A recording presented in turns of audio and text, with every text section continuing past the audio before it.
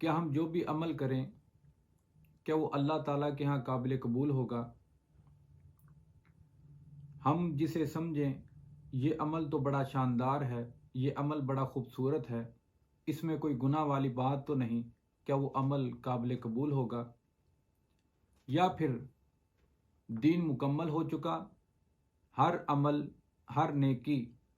اللہ اور اس کے رسول صلی اللہ علیہ وسلم کے طریقہ کے مطابق بجا لانا یہ ضروری ہے۔ اس میں دو باتیں ہیں۔ نمبر ایک کہ ہم اپنی عقل کو معیار سمجھیں اور اپنی عقل کے مطابق جو ہماری عقل جس عمل کو تسلیم کرے کہ یہ عمل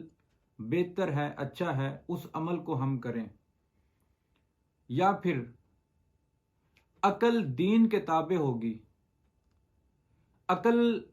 کو معیار نہیں سمجھا جائے گا بلکہ معیار قرآن اور حدیث کو سمجھا جائے گا۔ اب یہاں پر دیکھنا یہ ہے کہ اس بارے میں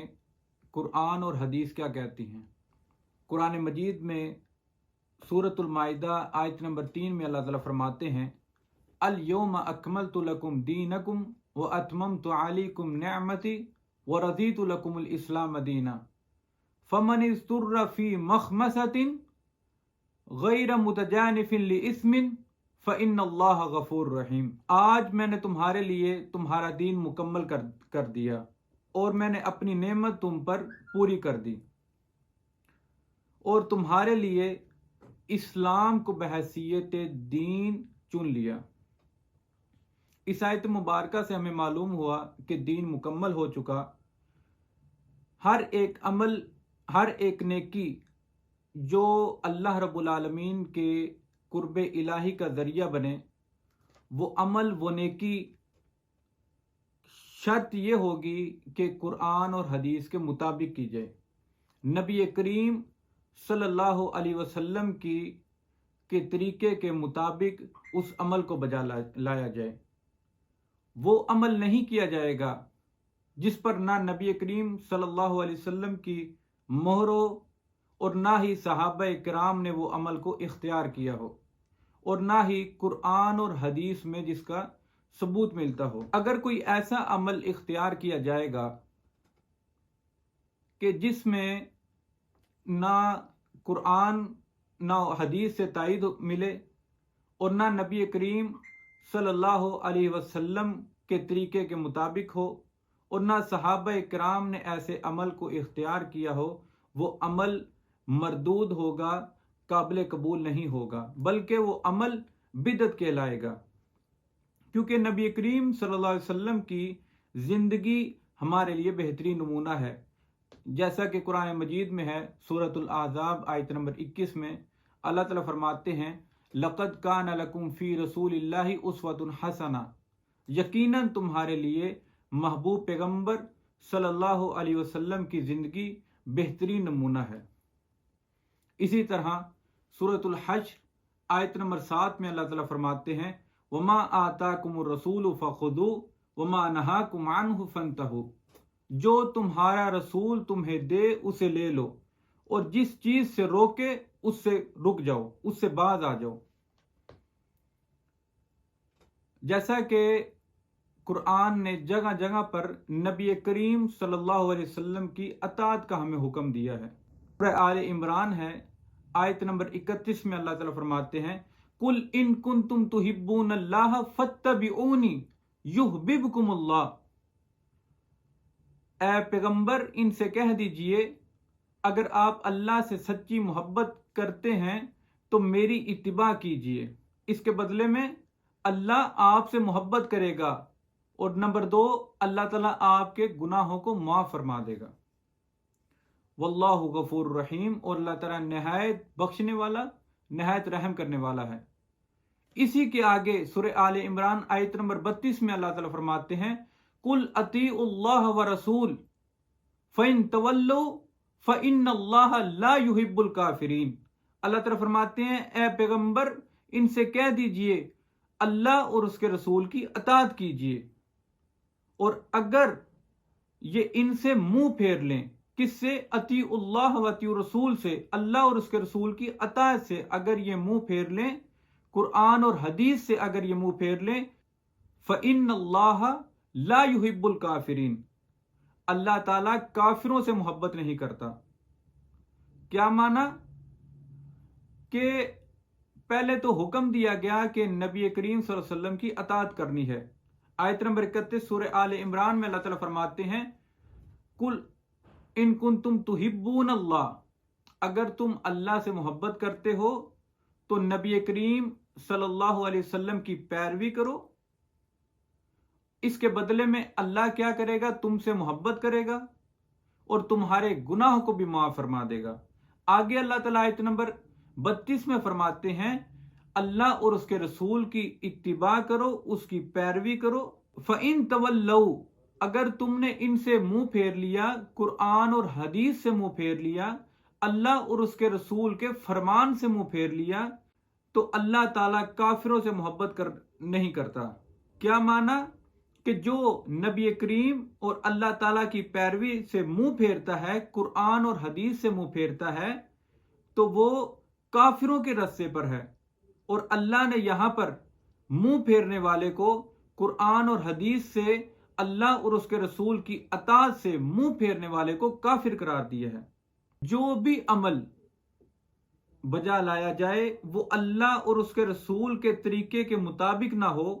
تو وہ عمل قابل قبول نہیں بلکہ مردود ہے۔ صحیح البخاری میں 2697 حدیث نمبر ہے، اما عائشہ رضی اللہ تعالی عنہا سے روایت ہے، فرماتی ہیں کہ نبی کریم صلی اللہ علیہ وسلم نے فرمایا من احدث فی امرنا ھذا ما لیس فیہ فہو رد، کہ کوئی شخص ایسا عمل لایا کہ جس پر نبی کریم صلی اللہ علیہ وسلم کی مہر نہ ہوئی تو وہ عمل قابل قبول نہیں بلکہ وہ مردود ہے۔ اسی طرح مسند احمد میں ہے، اور یہ حضرت عائشہ رضی اللہ تعالی عنہا ہی بیان کرتی ہیں، الفاظ ہیں من عمل عملا لیس علیہ امرنا فہو رد، اگر کوئی شخص ایسا عمل لاتا ہے جس پر نبی کریم صلی اللہ علیہ وسلم کی مہر نہیں ہے، آپ نے وہ عمل کر کے دکھایا نہیں اور نہ ہی صحابہ کرام نے وہ عمل کو کیا، تو وہ عمل قابل قبول نہیں بلکہ مردود ہے۔ بلکہ اب صحابہ کرام کی سیرت دیکھیے، اگر صحابہ کرام ایک ایسے عمل کو دیکھتے جو نہ ہی نبی کریم صلی اللہ علیہ وسلم کے زمانے میں ہوا ہوتا اور نہ ہی نبی کریم صلی اللہ علیہ وسلم نے اس عمل کا حکم دیا ہوتا، تو صحابہ کرام اسے فوراً روکتے۔ سنن دارمی کی روایت ہے، ابو موسیٰ اشعری رضی اللہ تعالیٰ عنہ مسجد میں جاتے ہیں، ایک عجیب سا منظر دیکھتے ہیں، ایک عجیب سا ماحول دیکھتے ہیں،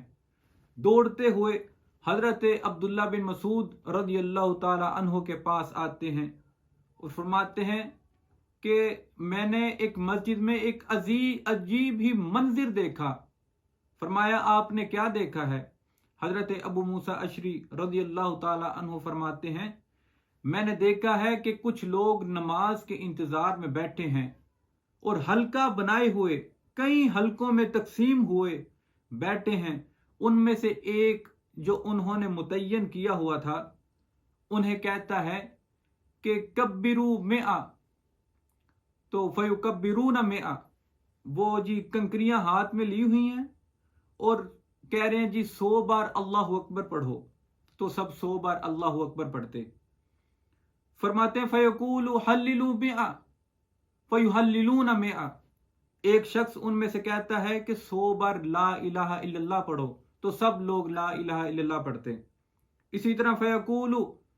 سبحوا مئہ فیسبحون مئہ، پھر وہ کہتا ہے کہ سبحان اللہ 100 بار پڑھو، پھر سارے سبحان اللہ 100 بار پڑھتے۔ تو حضرت ابو موسیٰ اشعری رضی اللہ تعالیٰ عنہ جب حضرت عبداللہ بن مسعود کو یہ قصہ سناتے ہیں، یہ منظر بتاتے ہیں، حضرت عبداللہ بن مسعود رضی اللہ تعالیٰ عنہ دوڑتے ہوئے مسجد کی طرف جاتے ہیں اور ان میں سے ایک حلقے کے پاس جا کر کے کھڑے ہو جاتے ہیں اور فرماتے ہیں ما ھذا الذی اراکم تصنعون، یہ میں کیا دیکھ رہا ہوں، یہ آپ کیا کر رہے ہیں؟ وہ کیا کہتے ہیں فقالوا یا ابا عبد الرحمن، اے ابو عبد الرحمن، حسن، یہ کنکریاں ہیں، نعد بہ تکبیر و تحلیل و تسبیح، اس پر ہم اللہ کی تسبیح بیان کر رہے ہیں، اللہ کی تحلیل بیان کر رہے ہیں، اللہ کی تکبیر بیان کر رہے ہیں، یعنی کہ ہم ان کنکریوں پر اللہ کا ذکر و اذکار کر رہے ہیں۔ حضرت عبداللہ بن مسعود رضی اللہ تعالیٰ عنہ غصے میں آ جاتے ہیں اور انہیں ڈانٹتے ہوئے کہتے ہیں وَيْحَكُمْ يَا أُمَّةَ مُحَمَّدٍ، اے امت محمد تم پر افسوس ہو، مَا أَسْرَعَ حَلَكَتَكُمْ هَؤُلَاءِ صَحَابَةُ نَبِيِّكُمْ مُتَوَافِرُونَ، تم کس قدر جلدی بربادی چاہتے ہو، کس قدر جلدی برباد ہو گئے ہو، ابھی تو نبی کریم صلی اللہ علیہ وسلم کے صحابہ اکرام بکثرت موجود ہیں، وَهَذِهِ ثِيَابُهُ لَمْ تَبْلَى، اور اتنا وقت نبی کریم صلی اللہ علیہ وسلم کو دنیا سے رخصت ہوئے نہیں ہوا، آپ کے کپڑے بوسیدہ نہیں ہوئے، وَآنِيَتُهُ لَمْ تُكْسَرْ، اور آپ کے گھر کے برتن ابھی تک نہیں ٹوٹے، وَالَّذِي نَفْسِي بِيَدِهِ إِنَّكُمْ لَعَلَى مِلَّةٍ هِيَ أَهْدَى مِن مِلَّةِ مُحَمَّدٍ، اس ذات کی قسم جس کے ہاتھ میں میری جان ہے، یا تو تم ایک ایسے طریقے پر قائم ہو چکے ہو جو محمد صلی اللہ علیہ وسلم کے طریقے سے افضل اور زیادہ ہدایت یافتہ ہے، او مفتتحی باب ضلالہ، یا تم نے گمراہی کا دروازہ کھول لیا ہے۔ یعنی کہ صحابہ کرام نے کس قدر بدعت کو روکا ہے۔ اگر کوئی بھی عمل صحابہ کرام ایسا دیکھتے جس پر نہ نبی کریم صلی اللہ علیہ وسلم نے عمل کیا ہوتا، نہ صحابہ کرام کو اس کی تلقین کی ہوتی، تو آپ صحابہ کرام اس عمل کو روک دیا کرتے تھے۔ اللہ رب العالمین سے دعا ہے کہ اللہ تعالی ہمیں نبی کریم صلی اللہ علیہ وسلم کی سنت پر عمل پیرا ہونے کی توفیق عطا فرمائے اور قرآن اور حدیث پر عمل کرنے کی توفیق عطا فرمائے۔ وآخر دعوانا ان الحمد للہ رب العالمین۔